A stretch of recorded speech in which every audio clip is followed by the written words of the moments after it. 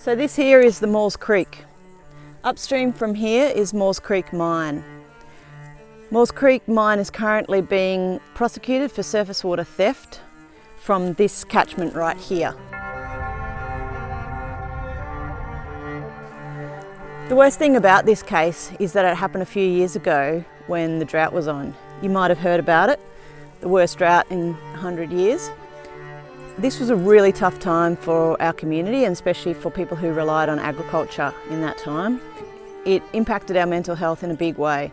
For us, in our business, we had to sell down all our animals, get rid of all of our cows, and for other people, you know, there was no water in the rivers to pump for crops, there was no water in the creeks, there was no rain falling, there was no moisture in the soil, and lots of people's bores started to fail. Everybody in Boggabri knows that they're dewatering Maules Creek. We've been worried about this since the project started, just the sheer non-compliance and arrogance, and I can get away with this and that, and they seem to be a law unto themselves. You know, everything revolves around water for us, so we try to make every drop count. We're basically subsidising their mine by bearing these costs and risks, and it's not really fair, we feel.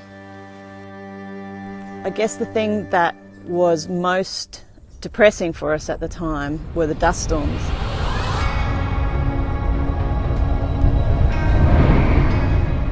Before those couple of years of the drought, I'd experienced 1 or 2 dust storms in my entire life, even though I've always lived in rural areas. And yet during that drought, it just seemed like every day another dust storm would blow in from the west. And so you're constantly under this wind, dust and heat and dry. And it wears you down after a while. And it makes your decision making really hard. And I could see that in my husband and in my family.